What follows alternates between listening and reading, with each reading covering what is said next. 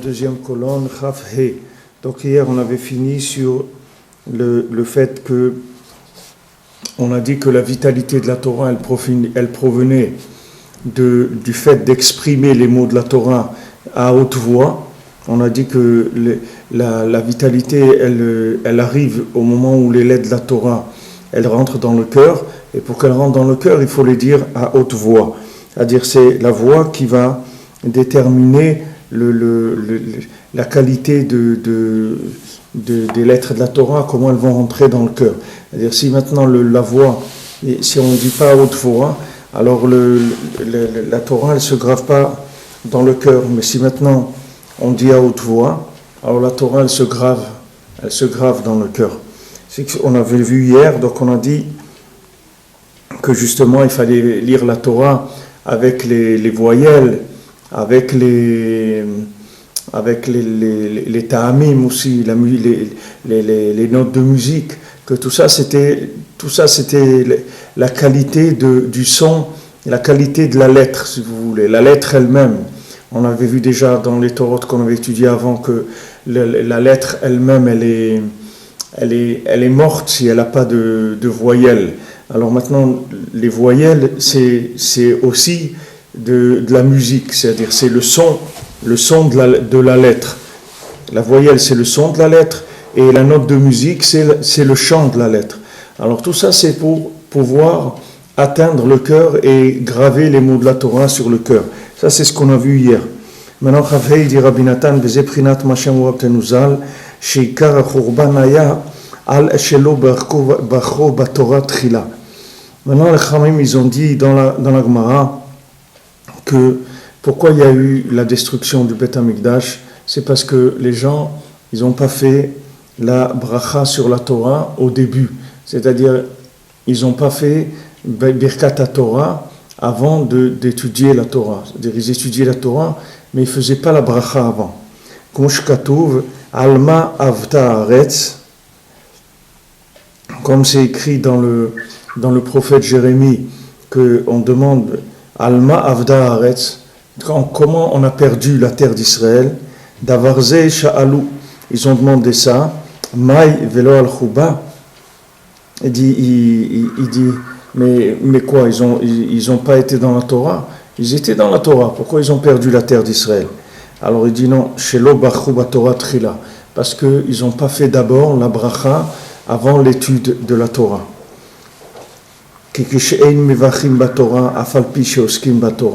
Parce que maintenant, si on ne fait pas la bracha sur la Torah qu'on étudie, même si on étudie la Torah, le principe de la bracha, c'est le principe de la connexion. C'est ça le principe de la bracha. Quand on fait une bracha, le mot bracha, ça veut dire amshacha, c'est faire descendre quelque chose dans ce qu'on est en train de faire. C'est-à-dire, on fait une connexion, que ce soit au niveau par exemple, de la nourriture. Quand quelqu'un il fait la bracha, c'est pour connecter la nourriture. Ou quand quelqu'un fait bracha sur la Torah, c'est pour connecter l'étude qu'il va faire maintenant, que ce soit une étude connectée, vivante. Parce que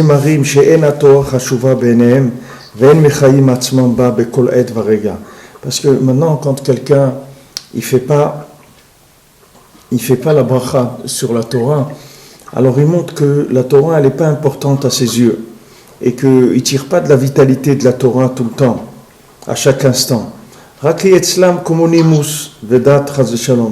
C'est chez eux comme des coutumes, comme une religion,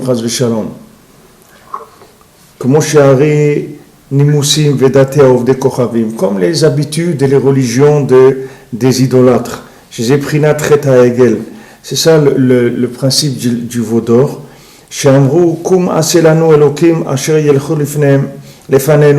Ils ont dit dans Shemot, viens, fais-nous un Dieu qui va marcher devant nous.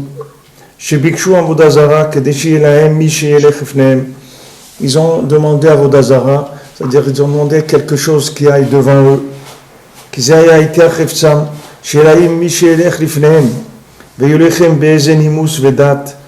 Il voulait quelqu'un, il voulait un dirigeant, c'est tout. Il ne cherchait pas une vitalité. Il cherchait il cherchait une orientation, une direction dans la vie, mais il ne cherchait pas une vitalité. Il y a une différence énorme entre les deux. C'est-à-dire que maintenant, il y a une Torah qui est une Torah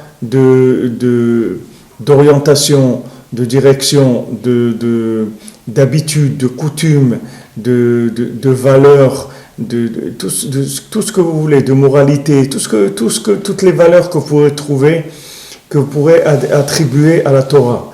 Mais la valeur principale de la Torah, c'est de la vivre. C'est pas d'en faire ce qu'il a voulu faire Napoléon. Napoléon, il a voulu faire le consistoire. Et pourquoi faire? Pour faire de la Torah, pour en faire une religion comme une autre. Il dit, il n'y a pas de problème, vous êtes juif, on va cadrer ça, on va mettre ça ça veut dire quelque chose d'institutionnel. Voilà, vous avez d'institutions juives, des synagogues, il y a un président, il y a ça, c'est quadrillé. Voilà, il y a une façon de vivre comme un juif, etc. Mais nous, la Torah, c'est pas du tout ni des coutumes, ni des lois, ni tout ça. C'est, même quand on emploie les mots qu'on utilise en français pour dire les lois de la Torah, pour dire la halakha, etc., il faut toujours savoir que ces mots-là, ils ne veulent pas dire la même chose que ce qu'ils veulent dire dans le monde. C'est-à-dire que nous, quand on parle de lois, ce sont des lois de vécu, ce ne sont pas des lois qui sont des lois institutionnelles. C'est-à-dire que maintenant, quand vous prenez maintenant vous prenez un exemple, voilà, maintenant vous parliez tout à l'heure, voilà, un petit peu des mouvements un petit peu révolutionnaires comme ça en Ukraine, parce que ils veulent pas, ils ont rebasculé un petit peu du côté communiste, du côté de la Russie, disons, au lieu d'aller vers l'Europe, alors que le peuple, il se dit vouloir aller vers l'ouverture, vers l'Europe. Maintenant, pourquoi les gens à ce moment-là, ils se révoltent? Parce que maintenant, c'est une orientation dans leur vie. C'est-à-dire, c'est maintenant quelque chose qui va changer leur vie. C'est-à-dire qu'eux, ils sont sortis du communisme et dans les années 90, et ils n'ont pas envie de retourner là-dedans. Et dès qu'ils voient le spectre de la Russie sur eux, ça les met en colère, parce qu'ils disent non, on veut l'ouverture, on veut vivre, on veut l'université, les trucs, les modes de vie européens. Nous, on fait partie de l'Europe, on n'est pas des communistes, c'est fini toutes ces choses-là.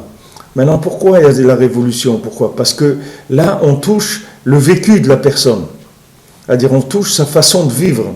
Et quand on touche sa façon de vivre, alors ils se sentent concernés. Mais maintenant, par exemple, vous prenez le code de la route.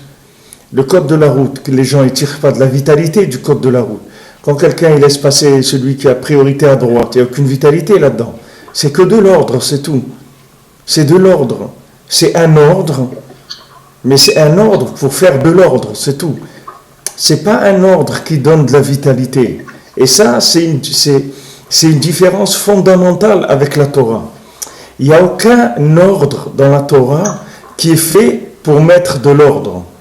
Même quand un ordre de la Torah, il est fait pour mettre de l'ordre, c'est pas mettre de l'ordre entre les individus comme on le conçoit. C'est un ordre qui vient par le fait de faire descendre un flux divin dans l'individu, dans la situation. Alors, par exemple, vous prenez, voilà, on va rentrer l'année prochaine dans la Shemitah, d'accord? C'est-à-dire, on va rentrer dans la 7e année, d'accord? Qu'on va laisser reposer la terre, on ne va pas la cultiver.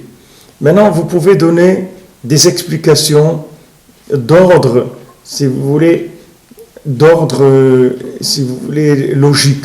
Vous allez dire, voilà, la 7e année, c'est un repos, c'est une année shabbatique pour la terre, il faut que la terre elle se repose. Elle a travaillé pendant 7 ans, donc maintenant elle doit se reposer. Comme le Shabbat, 6 ans, et le 7e on se repose, d'accord? Mais c'est pas pour ça que la terre c'est pas pour ça que la terre elle se repose. La terre elle se repose pas pour faire un repos logique. La terre elle se repose pour rentrer maintenant en phase d'alimentation de l'infini. C'est pour ça qu'elle s'arrête, parce qu'elle ne peut pas en même temps produire et recevoir.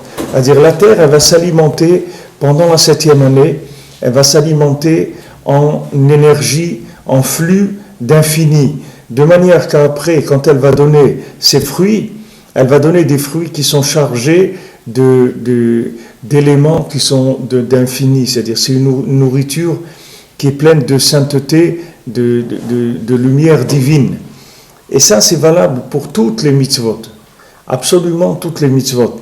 Je vais juste finir le passage là, de lire les quelques lignes, et après je vais revenir dessus, parce que, Mina Shamayim, hier, j'ai vu ce passage-là, qu'ils n'ont pas fait Birkat Torah Trila, c'est pour ça qu'il y a eu la destruction du temple, qu'il y a eu l'exil. Et Rabbeinu, il donne l'explication par rapport à leur nourriture, on va revenir dessus. On dit donc maintenant, voilà, voyez, mais là, voilà ce qu'il dit Rabbi Nathan. C'est uniquement pour pas qu'un il avale l'autre.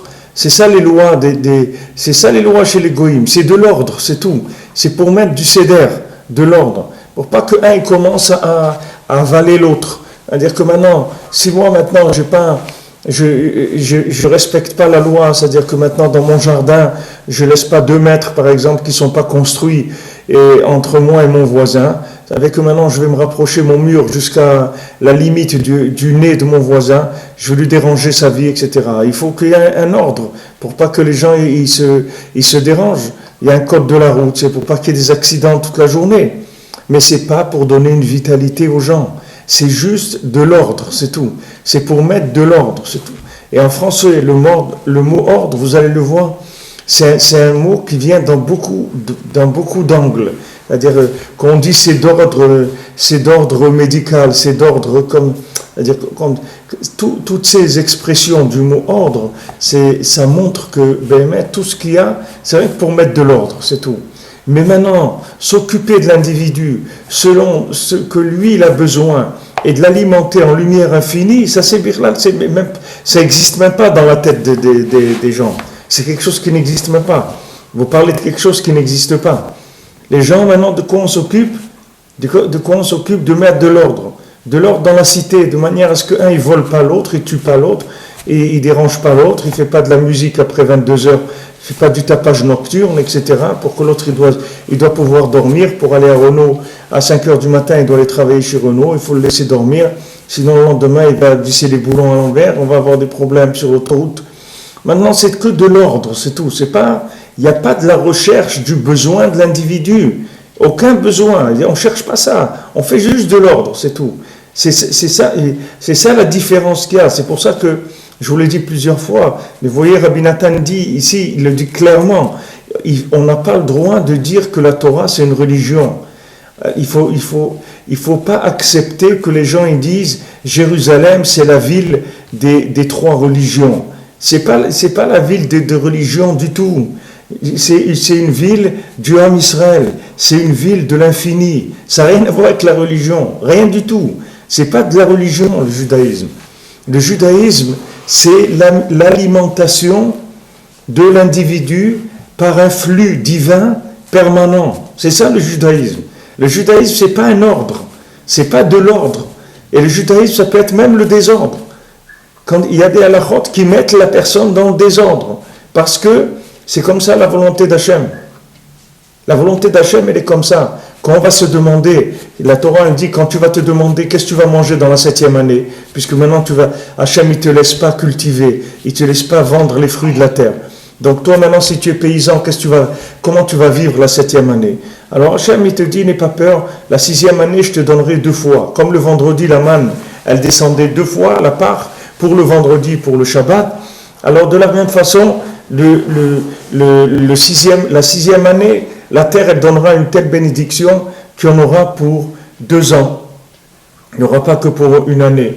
Voilà, vous voyez maintenant, ils ont annoncé il y a 2 ou 3 semaines, il y a eu une augmentation de la bourse, des taux de la bourse à Tel Aviv, comme il n'y a jamais eu depuis que le pays d'Israël il existe, il n'y a jamais eu comme ça une augmentation de la bourse comme ça. Il y a une bracha extraordinaire qui vient. Pourquoi? Parce que ça va être la Shemitah l'année prochaine. Donc maintenant, il y a un shefa qui descend. Alors ça, c'est un principe général.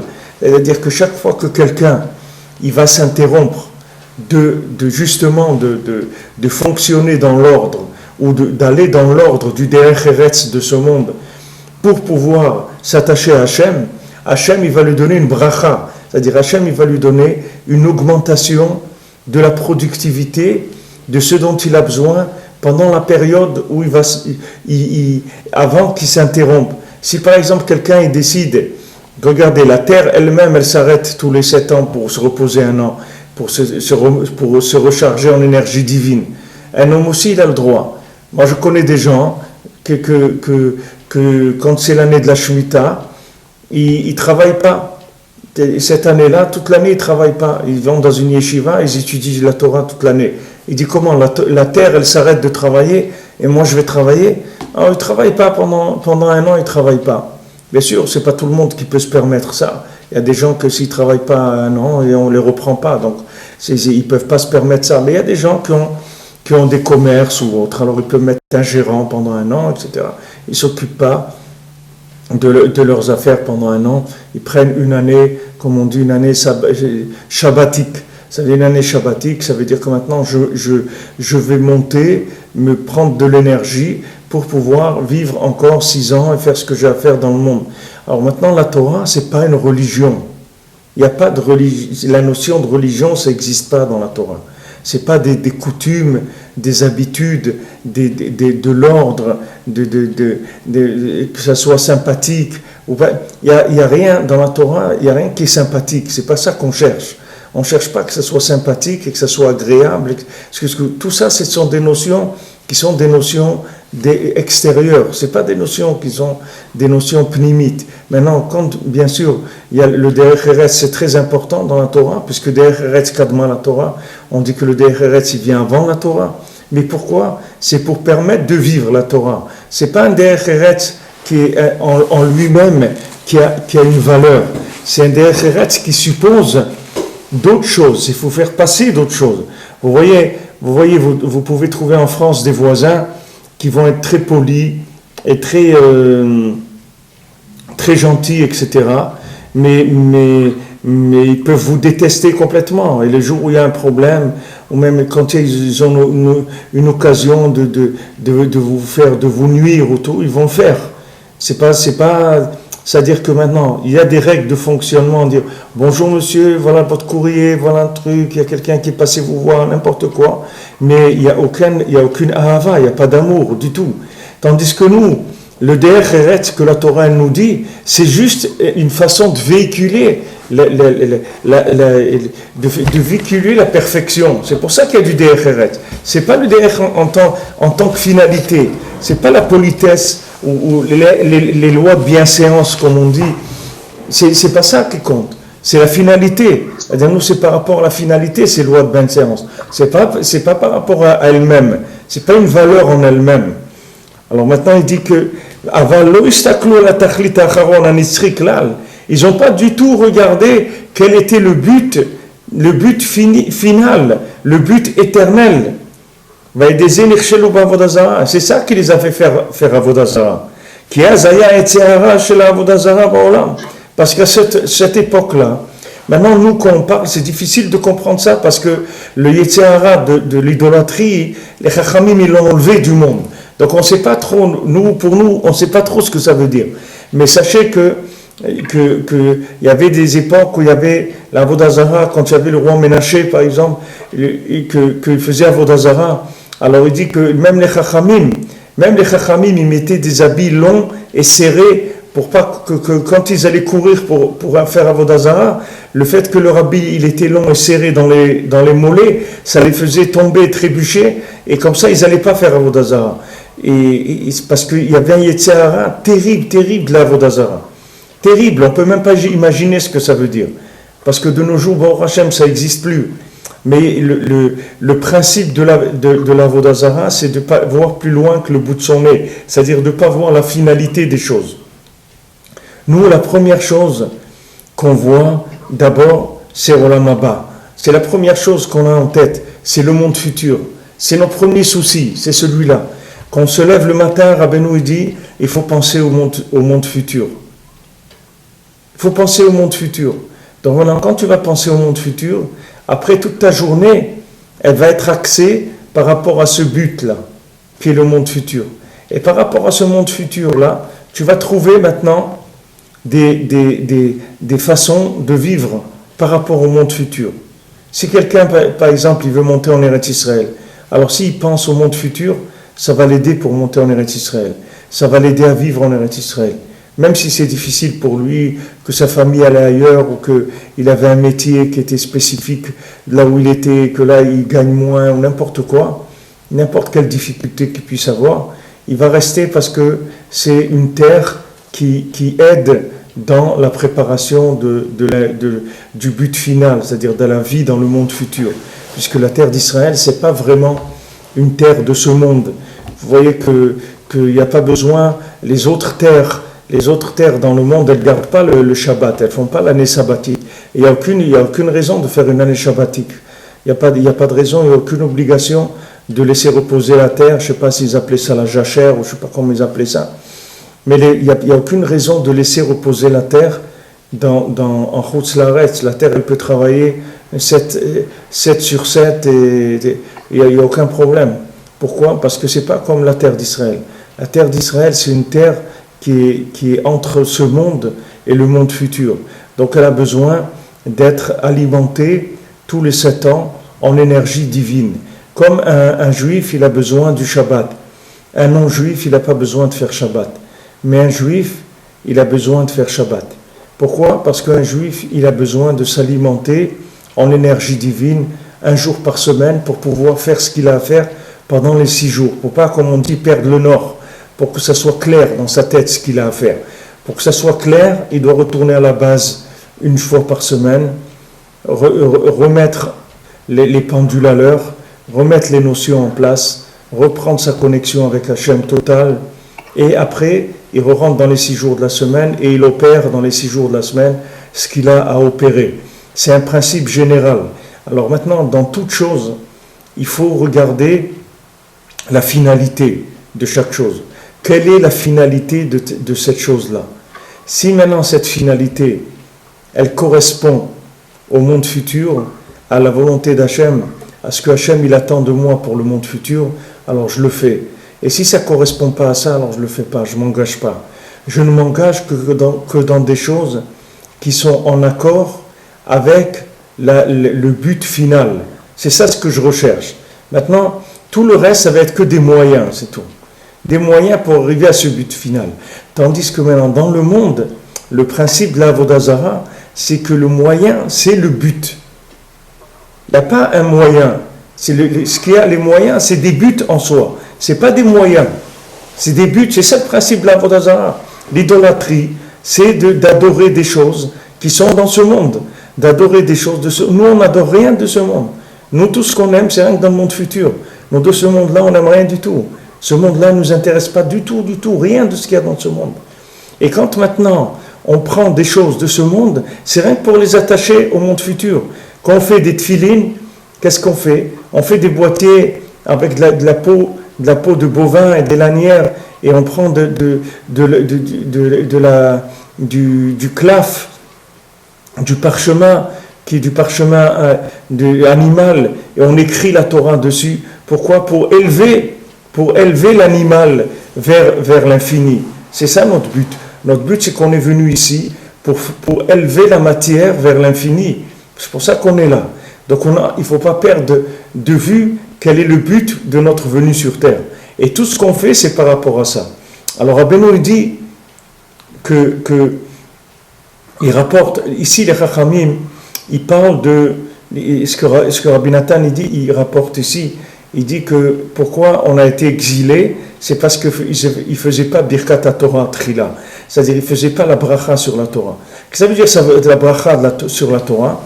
Ça veut dire que d'abord, je me conditionne, c'est-à-dire je me mets en condition de savoir pourquoi je vais étudier la Torah. Qu'est-ce que je cherche dans la Torah? Quel est mon but quand j'étudie la Torah? Alors, quand on vous pose cette question, quand vous vous posez cette question, pourquoi j'étudie la Torah? C'est pour arriver au monde futur. C'est pour savoir comment, de ce monde-là, on arrive au monde futur enrichi. C'est pour ça qu'on est là. On est là pour s'enrichir pour le monde futur. C'est pour ça qu'on est là. On est là pour prendre des éléments du monde futur qui se trouvent dans ce monde-là, qui se trouvent dans le domaine, dans le minéral, dans le tzomer, dans le végétal, dans l'animal et dans l'humain. Dans tous ces éléments-là, il y a des étincelles d'infini. Et je suis dans ce monde pour les récupérer et les attacher au monde futur. Donc quand je fais maintenant, par exemple, une bracha, je dis Boré Peri Haetz, qu'est-ce que je fais? J'attache l'énergie qu'il y a infinie, c'est-à-dire la vie qu'il y a dans ce fruit. Ce fruit, il est vivant. La preuve, laissez-le, vous allez voir, qu'il va pourrir. Donc il a une vie pour l'instant. Quand il est frais, il est vivant. Donc la vitalité qu'il y a dedans, c'est quoi? C'est la présence divine qu'il y a dedans. Donc quand je fais la bracha avant de consommer, je dégage, je libère la divinité qu'il y a dans le fruit et je l'attache à l'infini. Donc maintenant, chaque fois que je mange un fruit, je fais de l'enrichissement d'uranium. C'est-à-dire je fais de l'enrichissement de vitalité infinie. Chaque fois que je mange un fruit, du pain, tout ce que je mange, tout ce que je fais dans ce monde-là, c'est comme ça. Du moment où maintenant, quand je me lève le matin, je pense au monde futur, que le fait que je pense que je suis là pour m'attacher à Dieu, c'est-à-dire pour m'attacher à la divinité, à l'infini, alors toutes mes actions dans ma journée, elles vont être liées à ça. Alors ici, les Khamim, ils parlent du nian de l'exil, mais il y a un autre ma'amar de Chazal, il y a un autre endroit où les Chachamim ils disent pourquoi quelqu'un qui est un Talmid Chacham, pourquoi quelqu'un qui est un érudit en Torah, pourquoi ses enfants ils ne sont pas des érudits en Torah.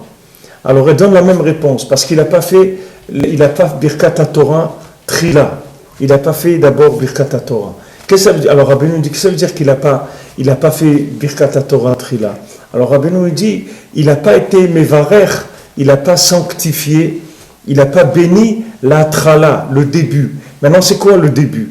Le début, c'est tout ce qui fait que l'individu, maintenant, c'est la qualité, si vous voulez, de la semence qui va sortir de l'individu pour faire un enfant. D'où elle vient cette semence-là? Elle vient de la nourriture de l'individu. D'où elle vient sa nourriture? Elle vient de sa parnassa. Maintenant, si quelqu'un, quand il gagne sa parnassa, quand il va travailler, ou il gagne sa parnassa, il n'a pas l'intention de servir Hachem quand il va travailler, alors maintenant ce qu'il gagne, c'est pas de l'argent c'est pas de l'argent kadosh, c'est de l'argent de la Vodazara, c'est pas de l'argent kadosh. Parce que si vous voulez que votre argent il soit kadosh, il faut que quand vous allez travailler, comme Rabbeinu dit, il faut avoir les kavanot du Masa Matan, les kavanot du travail. C'est quoi? C'est que maintenant je vais travailler pour pouvoir donner la tzedaka. C'est pour ça que je vais travailler, comme on l'avait vu dans la Torah 23. Je vais travailler pour pouvoir donner la tzedaka. Ça veut dire que quand je fais ça, j'ai pris toute la vodazara de l'argent et je l'ai annulé. Alors si quelqu'un me demande, mais pourquoi tu travailles? C'est pour pouvoir donner. On dit, comment? Mais c'est pour ça que tu travailles? Oui, c'est pour... Maintenant, pourquoi donner? Parce que quand je donne, je sanctifie. Quand je donne, je sanctifie, puisque maintenant, le fait de donner, c'est la chose la plus à l'envers qu'il y a dans ce monde par rapport au monde de l'idolâtrie, de la Vodazara. Comme on dit, chacun pour soi, chacun sait ce qu'il a, etc. Pourquoi? Qu'est-ce que ça veut dire chacun? Ça veut dire chacun il cherche à tirer vers lui le maximum de profit, le maximum de plaisir, etc. Mais quand quelqu'un y donne, alors c'est le contraire de l'idolâtrie. C'est-à-dire donner, ça veut dire faire comme Hachem, comme on a vu que Hachem il a créé le monde par chesed, pour le chesed, que par miséricorde, c'est tout. Alors quand quelqu'un y donne, il se place dans une attitude de monde futur, pas une attitude de ce monde. Parce que dans l'attitude de ce monde, c'est prendre. Alors maintenant, vous voyez, quand maintenant il y a eu des problèmes, par exemple, on a dit pour Korach, quand il s'est mis contre Moshe Rabbeinu, c'est écrit quoi? Vaikar Korach, il a pris Korach. Alors, je vous l'ai dit, mais maintenant, vous voyez, dans ce contexte-là, ça revient, parce qu'on est dans cette Torah, et qu'il y a des notions qui reviennent, mais sous des angles qui sont tout le temps enrichis par rapport à l'angle où Rabbi Nathan il amène. Mais Vaikar Korach, c'est écrit dans la Torah, ça veut dire Korach, Rachid dit, il s'est pris lui-même. Comme on dit en français, pour qui tu te prends? C'est-à-dire même soi-même, on n'a pas le droit de se prendre. Parce que nous, on fait partie d'un système dans la création. On a une place dans un système. On ne peut pas faire ce qu'on veut. On est dans le maillon d'une chaîne. Comme quelqu'un qui monte dans un bateau et il fait un trou dans la vitre de sa cabine. Et il dit aux gens, moi c'est ma cabine, je l'ai louée, je fais ce que je veux. Il dit, mais non monsieur, si tu fais un trou dans la cabine, on est tous comme on dit, on est tous dans le même bateau. Si tu fais un trou là-bas, tu vas nous noyer à tous. Donc, tu ne peux pas faire ce que tu veux. Parce qu'on est liés, on est dans une chaîne. Chacun, il ne peut pas prendre sa vie à lui. Sa vie à lui, elle est inclue dans une généralité. C'est pour ça aussi que je vous ai dit plusieurs fois, et c'est important, que quand on prie, il faut toujours prier pour le klal. Il ne faut pas prier pour soi individuellement. Il faut prier pour le klal, pour le général, pour la communauté. Et nous, on se trouve dans le klal automatiquement. Quand je prie pour que tout l'homme Israël il ait quelque chose, alors moi aussi je suis dedans. Moi aussi je fais partie. Donc même la prière, il faut toujours voir qu'elle soit pour le général. Alors maintenant, quand quelqu'un, pourquoi maintenant un érudit en Torah, son fils il n'est pas érudit en Torah? C'est parce qu'il n'a pas béni, Rabbeinu dit, le début. Le début c'est quoi? C'est la parnassa qu'il a gagnée, la nourriture qu'il a acquise, comment il l'a mangée, et comment là, cette semence-là, qui a donné cet embryon de cet enfant, d'où elle est venue? Si maintenant, la personne, quand elle a été conçue par des pensées de monde futur, c'est-à-dire que ses parents, ce sont des gens qui ont cherché tout le temps à s'attacher à Dieu, dans leur travail, dans leur nourriture, dans toute leur façon d'être, ce qu'ils ne cherchent, c'est que le monde futur. Alors cette semence-là, qui va donner cet embryon, cet enfant, il va donner un enfant qui va lui être aussi un érudit en Torah, qui va déjà être prêt à avoir la Torah qui va se graver dans son cœur facilement. Parce que son cœur, il est déjà prédestiné à ces choses-là. Il est prédestiné à la divinité. Pourquoi? Parce qu'il a été conçu dans cet esprit-là. C'est-à-dire que tout ce qui a fait ce qu'il est, ça vient de Birkat Torah, c'est-à-dire ça vient de la bénédiction de la Torah. Ça veut dire que ses parents, ils ont cherché toujours Hachem dans leur vie. C'est ça qu'ils ont cherché. Comme on dit que tout ce que tu fais, que ce soit pour le nom d'Hachem. C'est-à-dire cherche Hachem dans ta vie. Alors quelqu'un lui dit, pourquoi tu travailles? Parce que je cherche Hachem. Ça veut dire que tu cherches Hachem. Mais oui, je cherche Hachem. Mais comment tu cherches? Ben voilà, je travaille pour donner la tzedaka. Tu vois, je gagne, je donne le maaser, je donne de la tzedaka. Je donne parce que j'ai toujours en tête que tout ce que je prends, c'est pour donner, c'est pas pour prendre. Je veux pas que ça s'arrête là, à ce que j'ai pris. Même quand je reçois mon salaire, je veux tout de suite donner. Je ne veux pas d'abord prendre et après donner. Il y a des gens, ils empruntent le maaser de leur salaire, ils disent, bon, ce mois-ci je suis un peu serré, je donnerai la prochaine fois, je vais noter que je dois au maaser. Mais il ne faut pas faire ça, parce que ça ne sert à rien de faire ça. Hachem, il te donne ce que tu as besoin. Même maintenant, aujourd'hui, si tu as touché par exemple 10 000 et tu vas donner 1 000 et il va te rester 9 000, sache que ces 9 000-là, ils sont élastiques. C'est pas 9 000, c'est 9 000 aussi si toi, tu fais Birkat Torah Trila, c'est-à-dire que maintenant tu rentres dans une notion de bracha, alors ton argent aussi, il a une bracha. C'est-à-dire que c'est pas un argent normal. Tu vas faire beaucoup de choses avec cet argent-là. Alors qu'il y a d'autres personnes, la même somme, ils vont rien pouvoir faire avec, du moins pas beaucoup de choses. Et il y a d'autres avec la même somme, ils vont pouvoir s'arranger et faire beaucoup de choses. Il y a une bracha dedans. C'est comme de la manne, c'est-à-dire dedans, il y a une présence divine. Donc ça permet de décupler les capacités de la chose. Comme la nourriture d'Eretz Israël. Quand quelqu'un maintenant, il vit en Eretz Israël, il mange du manger d'Eretz Israël, alors il baigne dans un autre monde. C'est pas ce monde-là. C'est pas le monde comme les autres endroits sur Terre. C'est un monde qui est connecté à l'infini. Donc ça donne autre chose complètement. C'est d'autres notions. C'est pas du tout les notions habituelles qu'on a l'habitude d'entendre. Donc ça, c'est le principe de faire la bracha trila.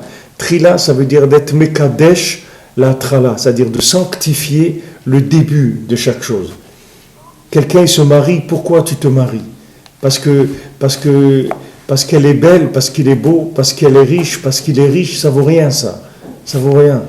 Si tu rentres là-dedans, tu as gâché, c'est dommage, tu as gâché la chose. C'est pas pour ça qu'on se marie. On se marie pas parce que quelqu'un est beau ou elle est belle ou parce qu'il est riche. C'est pas pour ça qu'on se marie. On se marie parce qu'ensemble, on va construire un foyer dans lequel on va faire descendre la lumière d'Hachem. C'est pour ça qu'on se marie. Parce que tout seul, on ne peut pas. Parce que le masculin tout seul, il ne peut pas. Le féminin tout seul, il ne peut pas. Hachem, il a créé comme ça une obligation de s'unir, d'être ensemble pour pouvoir vivre le service divin. Aussi opposé que soit un homme et une femme, cette opposition-là dans leur nature, c'est ça qui va donner cette richesse spirituelle extraordinaire. Parce que le vécu en opposition permanente, c'est l'éducation à la vie du monde futur. Parce que, si vous voulez, dans ce monde-là, on vit tous en contradiction permanente, puisqu'on a une âme et un corps. L'âme, elle est d'un monde qui est infini, et le corps, c'est de la terre. Et vous voyez qu'on les fait vivre ensemble. On les fait vivre ensemble. Et des fois, le corps, il est un petit peu réticent. S'il y a un mikvé qui est un peu froid, comme il avait fait Avram Sternhardt, il allait au mikvé. Une fois, le mikvé, il était glacé. Alors, il a dit à son corps, il lui dit, regarde, je m'excuse, tu vas passer un petit moment qui n'est pas très agréable, mais je suis obligé de me tremper dans le mikvé qui est glacé maintenant. Je n'ai pas le choix. Et d'un coup, il s'est trempé dans le mikvé. Donc, il y a des choses qui ne sont pas très agréables pour le corps. Il y a des choses qui ne sont pas très agréables pour l'âme aussi. L'âme, elle n'a pas besoin des promenades, ni d'aller au restaurant, ni des choses comme ça, elle n'en a pas besoin du tout. Mais seulement, comme maintenant le corps il a besoin, alors l'âme aussi, elle comprend et elle dit, il n'y a pas de problème, va dans un restaurant kasher, va avec ta famille, avec un ami, et vous allez parler d'Hachem, ça va vous ouvrir un petit peu le cœur, l'esprit comme ça. Vous allez communiquer des choses qui sont importantes, c'est un moment de détente, il n'y a aucun problème. L'âme, elle est d'accord aussi. Donc l'homme, il vit toujours en contradiction entre le corps et l'âme, entre le monde futur et ce monde-là, entre le masculin et le féminin. Maintenant, quelqu'un qui vit seul, alors il vit sans contradiction. Maintenant, on ne peut pas vivre sans contradiction, parce que la vie, le sens même de la vie, c'est la contradiction. On ne peut pas vivre si on n'a pas quelqu'un en face de nous qui nous remet en question sur notre tendance. Chacun il a une tendance, qu'il soit un masculin ou un féminin, chacun il a sa tendance. Il va vers là où il va, c'est normal, c'est sa nature. Maintenant, il a besoin de quelqu'un qui dans la balance, qui lui mette le poids de l'autre côté pour le ramener vers quelque chose, vers le milieu. On a besoin de ça. C'est quelque chose qui est indispensable. Ce monde-là, par rapport au monde futur, ça s'appelle monde féminin. Le monde futur, ça s'appelle masculin, comme on dit, le zikaron, la mémoire du monde futur. Le zikaron, c'est la shon zachar. En hébreu, se souvenir et masculin, c'est le même mot. Zachar ou lizkor, se souvenir, c'est les mêmes mots. Maintenant, l'homme, c'est quelqu'un qui se souvient de quoi? Qui est un autre monde. Et la femme, c'est celle qui sait que dans ce monde-là, on peut trouver Hachem. L'homme, lui, il a tendance à quitter la matière, à dire non, moi je veux pas la matière, ça m'intéresse pas. Et la femme, elle va lui dire non, dans la matière, tu peux trouver Hachem. Hachem, il est là, dans la matière. Parce que la femme, elle a le corps qu'on a vu de la Bina, c'est-à-dire du Kéli du Chesed. On a vu que le Kéli du Chesed, il est descendu dans Bina. On a vu de Olam Bria, dans Bina de Bria, que là-bas, ils sont les morceaux du Kéli du Chesed. Ça veut dire que maintenant, la femme, elle a la force de pouvoir voir dans la matière la présence divine. Tandis que l'homme, lui, voit la présence divine que dans les mondes supérieurs. Dans la matière, il n'arrive pas. Donc il y a besoin des deux. Maintenant, la femme aussi, elle a besoin de son mari, parce que si maintenant, elle n'a pas quelqu'un qui l'alimente en notion pure, en notion absolue de vérité, elle, comme elle est dans une vérité relative, elle va se perdre aussi. Parce que dans la relativité, elle va se perdre. Dans la relativité, on se perd après.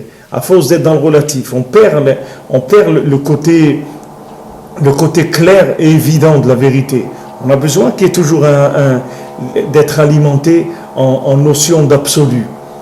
De la même chose que l'homme, il a besoin d'être alimenté en relatif, parce qu'il a tendance à être absolu dans ses notions, c'est-à-dire à être un petit peu en dehors de la réalité. Il est un petit peu trop théorique, donc il a besoin qu'on le ramène vers quelque chose de plus concret, de plus pratique. Et la femme aussi, le fait qu'elle est dans le concret, le pratique, elle peut perdre la notion de l'absolu. Donc c'est quelque chose qui est indispensable. On a besoin de cet échange-là, permanent. C'est pas quelque chose qu'on peut s'en passer, on peut pas s'en passer. Ça fait partie du mode de vie sur Terre. Et ça fait partie du Nyan de Birkat Torah. C'est-à-dire que c'est ça Birkat Torah. C'est-à-dire que maintenant, on prend conscience qu'il y a Hachem dans la matière. C'est ça Birkat Torah. Donc on étudie la Torah. Mais il ne faut pas oublier que maintenant, ce n'est pas de la Torah qu'on est en train d'étudier, même si elle est très intéressante. Ce n'est pas une Torah uniquement de coutume ou d'habitude ou de loi. C'est Torah Hachem. Chaque mot de la Torah, c'est Hachem Mamash. Ça, c'est de l'absolu. Et le relatif, c'est la halakha. La halakha dans la Torah, c'est le côté féminin. Mais le côté masculin, c'est le monde futur. Alors maintenant, quand on dit à quelqu'un, viens Ouman, viens faire Tikkun HaKlali, c'est pourquoi? C'est pour le monde futur. Dans ce monde-là, c'est pas pour ce monde-là qu'on dit. Rabbeinu, il a dit, une fois un élève, il a dit à Rabbi Nachman, il dit, mais vous êtes un rébé du monde futur. Moi, je veux un rébé de ce monde qui me donne des brachot, un peu du geld, un peu de l'argent, des trucs. Vous parlez que du monde futur. Nous, on a besoin d'un rave qui nous donne de l'argent, des brachot pour qu'on soit riche, etc. On veut un peu de ce monde-là. Mais Rabbeinu nous l'a dit, moi, je vous ai sorti de ce monde. Moi, je vous ai sorti complètement de ce monde. Moi, je vais faire que vous ne pourrez plus le goûter, ce monde-là. Au moment où vous allez le goûter, même, vous allez déjà avoir envie de vomir. Au moment où vous allez le toucher. Parce que je vais vous mettre une telle conscience, un tel goût du monde futur, que vous ne pourrez plus. Et bien, il y a beaucoup de gens qui sont venus à Breslev, et ils ont senti ça. Et ils se sont sauvés, parce qu'ils ont senti que non. Ici, je me souviens, quelqu'un est venu à Ouman, à Rosh Hashanah, il y a quelques années, et il m'a dit, tu sais, Abraham, je sens que si j'avance encore là-dedans, je vais perdre ma richesse, je vais perdre mon argent. Je le sens. Et je ne suis pas au niveau. Je ne suis pas au niveau. J'ai un niveau de vie aujourd'hui. C'est quelqu'un d'aisé qui vit très bien avec des belles voitures, des Lamborghini, des trucs comme ça, etc. Des voitures qui coûtent des millions, etc. C'est ça sa vie. Et il n'est pas prêt à laisser ça. Et il a senti que quand il est venu chez Rabbi Nachman à Rosh Hashanah, il a senti que s'il avançait encore un peu, ça y est, il allait sortir de cette richesse-là. Et lui, il n'a pas envie. Donc il n'est plus venu. Il s'est débranché de Breslev et il a continué sa vie comme il était avant. Parce qu'il il préféré rester dans le côté féminin. Maintenant, c'est sûr que ce n'est pas ça qu'il faut faire. Et d'abord, ce n'est pas évident que quelqu'un qui est riche, il va perdre sa richesse parce qu'il s'est rapproché de Rabbi Nachman et parce qu'il s'est rapproché du monde futur. Au contraire, des fois, il va recevoir encore plus de richesse que ce qu'il avait avant. Mais c'est chacun, il est libre et chacun, il a son libre arbitre et chacun, il a qu'à chercher et demander à Hachem de l'orienter dans les chemins de vérité. Mais le principe général qu'on voit ici, et que c'est quelque chose de fondamental, c'est que dans tout ce qu'on fait, ce qu'il faut chercher, c'est est-ce que maintenant, cette chose-là, elle connecte au monde futur ou pas? Si elle ne connecte pas au monde futur, je ne fais pas. Ça ne m'intéresse pas. Ça ne m'intéresse pas. Parce que maintenant, je vais perdre mon temps. Je vais perdre mon temps, je vais perdre mon énergie, je vais perdre ma vie. Je vais perdre ma vie. Combien de gens ils ont perdu des dizaines d'années dans leur vie? Parce qu'ils ont vécu dans des inanimes qui ne sont pas connectés. Ils ont vécu des situations qui étaient du gratuit de ce monde. C'est-à-dire que ça ne donnait rien. En finalité, ça ne donnait rien du tout. Il faut avoir toujours la finalité en tête. La finalité en tête. Où ça me mène? Où je vais avec ça? Comme la Mishnah dit, Ezeu chacham aroet hanolad. Qui est-ce qui est chacham? Qu'est-ce qui s'appelle un sage? C'est quelqu'un qui voit ce qui va naître de ce qu'il va faire. Pas la chose qu'il va faire. Qu'est-ce qui va naître de ça? C'est ça qu'il doit voir. Il doit sentir les conséquences de ce qu'il va faire. Si quelqu'un il va habiter à 10 km de la synagogue, il sait qu'il ne pourra pas aller à la synagogue le Shabbat. Donc il ne peut pas habiter là-bas. C'est pas chaud pour lui, c'est simple. Même si la maison n'est pas chère, elle est belle, tout ce qu'on veut, mais il ne peut pas. Il ne peut pas. Dans tout ce qu'on fait dans notre vie, c'est ce qu'il faut mettre en priorité, c'est la qualité de la connexion. C'est ça qu'il faut chercher d'abord. Quand quelqu'un dit, est-ce qu'il y a la Wi-Fi là-bas ou il n'y a pas? Il y a la Wifi où je vais aller ou il n'y a pas la Wifi. C'est-à-dire que maintenant, là, cette chose-là, je peux me connecter à Hachem avec ça ou pas? Je peux pas le faire. Parce que moi, je cherche la connexion. C'est ça ma vie, c'est pas autre chose. Ma vie, c'est le monde futur, c'est pas ce monde-là. Moi, je cherche dans chaque chose à me connecter, c'est ça qui m'intéresse. Donc, si tu me proposes quelque chose, il n'y a pas de connexion possible au premier niveau, je peux pas. Ça m'intéresse pas. Je dis, mais regarde, tu laisses des possibilités, un avenir. Quel avenir? L'avenir de quoi? L'avenir des vers dans un trou. Quel avenir? Il faut construire ton avenir. Quel avenir tu peux construire quand tu sais que tu vas finir dans un trou mangé par des vers? Quel avenir? Ça, c'est l'avenir de tout le monde. Il n'y a personne qui va passer par là. Donc, quel avenir? Tu me parles de quoi? L'avenir de quoi? L'avenir de quoi? De quoi tu es en train de me parler? Tu es en train de me convaincre d'aller faire 10 ans d'études pour gagner ma vie, qu'après je vais construire mon avenir. Quel avenir? Moi, mon avenir, c'est les vers. Moi, je veux que tu me dises comment on s'en sort à ce moment-là. C'est ça qui m'intéresse. Comment on passe ce passage-là? Il y a un passage là. Ce passage-là, on ne peut pas le sauter. C'est pas un livre où on peut arracher une page. Ce petit passage-là, entre ce monde-là et l'autre, on peut pas on peut pas faire l'impasse, comme on dit sur ça. On est obligé d'essayer de voir comment ça va se passer, l'affaire. Et par rapport à ça, on va organiser notre vie. C'est le béaba de la vie. N'importe quel individu sait très bien qu'il va terminer là-bas. Alors il doit s'occuper de s'arranger arranger sa place là-bas. Les gens, ils essayent de se faire une place au soleil dans ce monde-là. Mais c'est pas ici qu'il faut se faire une place. C'est dans l'autre monde qu'il faut se faire une place. Ici, même si tu as une place, tu vas la laisser de toute façon. Mais la place que tu vas avoir là-bas, tu ne vas jamais la laisser. C'est une place éternelle. C'est celle-là qu'il faut préparer. C'est pas de laisser les places dans ce monde. Les places dans ce monde, c'est rien du tout. Que tu réussis ou que tu échoues, ça ne change rien du tout dans ce monde. Tout le monde finit la même chose. Il n'y a personne qui en prie avec lui quoi que ce soit. Rien du tout. Personne ne prend rien. Dans l'autre monde, on n'emmène que des choses qu'on a amassées dans ce monde, qui étaient des éléments du monde futur. Dans ce monde-là, on est là à glaner des éléments du monde futur.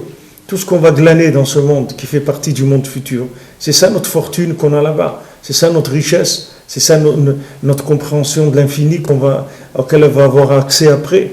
Donc maintenant, dans tout ce qu'on fait dans ce monde, il faut scanner, il faut définir la dose d'infini qu'il y a dans cette chose-là. C'est ça qui doit m'intéresser. C'est-à-dire, est-ce que maintenant, ce que je suis en train de faire, c'est quelque chose qui me connecte à l'infini? Est-ce que maintenant, je suis en train de ramasser de l'or, des pépites d'or pour le monde futur? Ou bien non? Eux, ils ont dit non. Nous, on veut un veau d'or. Ils ont demandé le veau d'or parce que la Torah n'est pas rentrée dans leur cœur. Ils avaient une Torah qui n'est pas une Torah de cœur.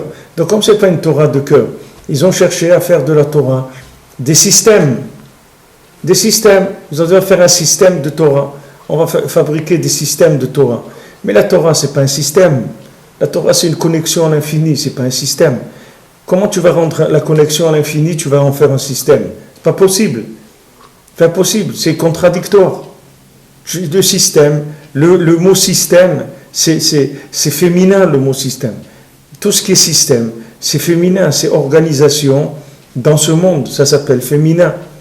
Gestion de la maison, c'est féminin. Qui est-ce qui gère la maison? C'est la femme. C'est féminin la gestion de la maison. Tout ce qui est système, c'est féminin. Quand ils ont voulu faire le consistoire, quand ils ont voulu faire des établissements de Torah, etc., qu'est-ce qu'ils ont fait? Ils ont féminisé la Torah. C'est-à-dire qu'ils en ont fait quelque chose qui est une Torah de ce monde. Mais ce qu'il faut, c'est la Torah de l'autre monde, c'est pas de ce monde-là. La Torah de ce monde-là, où elle va t'amener? Elle va t'amener où? C'est une Torah qui ne va pas se graver dans ton cœur. Alors qu'est-ce que tu vas faire?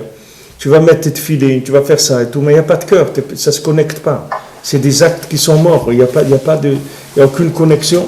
C'est la Torah des Grecs. Les Grecs, c'était ça la Torah des Grecs. Tout le minyan de Hanouka, c'est ça. C'est comment te faire descendre cette lumière-là dans les pieds, c'est-à-dire dans la matière, qu'on marche avec Hachem. Comme il a dit à Akadosh Baruch Hu, il a dit à Abraham Avinu, et halech lefanai ve'yeh tamim, marche devant moi et sois intègre. Vous voyez, c'est les mêmes mots qu'ils ont employés, ceux de la Vodazara. Ils ont dit, voilà, on veut un veau d'or qui marche devant nous. Et Hachem, il a dit à Abraham Avinu, marche devant moi. Eux, ils ont cherché un veau d'or qui marche devant eux. C'est-à-dire, ils ont cherché à marcher dans ce monde. C'est-à-dire, ils ont cherché le marché dans ce monde, à marcher dans ce monde, à consommer dans ce monde. Et Hachem, il a dit à Abraham Avinu, marche devant moi. C'est-à-dire, quand tu marches, sache que tu marches toujours devant moi. Tu ne marches pas dans des endroits où je ne suis pas là. Là où tu vas marcher, je suis là. Donc, cherche-moi là où tu es. Cherche à être avec moi. C'est ça ce que je te demande. Bechol drachecha deu, dans tous tes chemins, connais Hachem. Sache qu'il y a Hachem qui est là. Hachem, il est avec toi tout le temps. Respecte-le, cherche-le, aime-le, crains-le. C'est ça que tu dois chercher. Tu dois chercher à le vivre, à vivre Hachem. C'est pas que maintenant il y a une Torah, on va faire comme ci, on va faire comme ça, on va discuter 2 heures, si c'est comme ci ou c'est comme ça. D'abord, il faut qu'on se mette d'accord sur quoi on est en train de parler. Qu'est-ce qu'on est en train de faire d'abord? Est-ce qu'on est en train de chercher maintenant un chemin pour le monde futur? Comment on va arriver dans le monde futur? Rabbi Nathan, il dit dans l'Écouté Halachot, dans la préface de l'Écouté Halachot, il dit pour celui qui ne sait pas qu'un jour il va avoir les pieds devant la porte, alors je n'ai pas écrit mon livre, c'est même pas la peine qu'il lise mon livre. Moi j'ai écrit mon livre pour celui qui sait qu'il va avoir les pieds devant la porte et il se fait du souci, il se demande comment je vais faire pour arriver bien à ce moment-là, que je sois tranquille, que je sois heureux, que je m'en aille de ce monde joyeux, heureux, content. Baruch Hashem, j'ai fait ce qu'il y avait à faire, je me suis rempli les poches de diamants pour le monde futur. Baruch Hashem, je suis content, je m'en vais tranquille. Voilà, c'est à ça qu'on veut arriver. C'est pas maintenant quelqu'un il a consommé, il n'a pas consommé, qu'est-ce que ça va changer? Ça ne va rien changer du tout. Que quelqu'un il ait un immeuble, ou 2 immeubles, ou 4 immeubles, ou rien du tout, ça ne change rien. Il va partir de toute façon. Mais par contre, quand il va arriver là-bas, là il va trouver son compte qui lui a été réservé. Là, il a tous les éléments. Alors, pensez au monde futur. Et quand Rabbi Nachman il dit des choses, il donne une promesse, Rabbi Nachman il a dit tout ce que je dis, chaque mot que je dis, c'est un mot qui va servir pour ce monde, pour la tombe, pour Mashiach, pour la tombe, pour la résurrection des morts, pour l'éternité. Dans chaque mot, Rabbeinu il n'a jamais dit un mot qui ne soit pas attaché jusqu'à la finalité de tout. C'est pour ça que Rabbeinu il a dit j'ai terminé et je vais terminer. Pourquoi? Parce que dans chaque mot de Rabbeinu, c'est la fin de tout. C'est-à-dire que c'est la vision finale de la chose. C'est l'explication finale de la chose. Il n'y a plus rien après. Rabbeinu, quand il a dit j'ai terminé, ça veut dire, Rabbeinu te dit, quand je te dis quelque chose, c'est pas la peine d'aller chercher, j'ai terminé. Il n'y a pas plus loin que ça. Personne ne trouvera plus loin que ça. J'ai été le plus loin possible. Le plus loin possible dans chaque chose. Sache-le. Sache-le que chaque chose que je vous ai dit, c'est la finalité de la chose. Alors quand je vous donne des conseils, il faut les écouter pour votre bien. C'est pas pour lui. Rabbi Nachman, il n'a pas besoin des royalties. Il est assez riche. Il a besoin de personne. Il n'a pas besoin de toucher des royalties sur quoi que ce soit ou sur qui que ce soit dans ce monde. Il est venu que pour aider le monde à s'attacher à l'infini, à sortir le monde de sa folie. C'est pour ça qu'il est venu Rabbi Nachman. C'est pas pour autre chose. Donc quand il donne un conseil, c'est un conseil qui traverse l'espace et le temps. C'est pas un conseil pour le moment, maintenant. C'est pas un conseil uniquement de maintenant. C'est pas le conseil que quelqu'un va vous donner un conseil, comment vous en sortir aujourd'hui. Mais comment vous allez faire après? Ça, il sait pas. Mais Rabbi Nachman, il vous donne un conseil, c'est toujours, ça va jusqu'au bout, jusqu'à la fin. Pour ça c'est ça Birkat Torah Trila. C'est-à-dire d'amener la bracha dans la Torah, de la Trala, c'est-à-dire depuis le début, que sauf Maaseh Marshava Trila, que la fin, elle soit dans le début de la pensée. C'est-à-dire qu'avant que je commence à faire quelque chose dans ce monde-là, que déjà je vois la finalité de la chose. Et par rapport à cette finalité, je vais prendre ma décision. C'est ça qui va me faire prendre ma décision. C'est pas la chose du moment. La chose du moment, c'est pas ça qui va peser dans la balance. Ce que je vais voir, c'est que est-ce que ça m'amène au monde futur. Si ça m'amène au monde futur, je le fais. Ça m'amène pas au monde futur, je le fais pas. C'est ça mon souci et c'est ça ma recherche.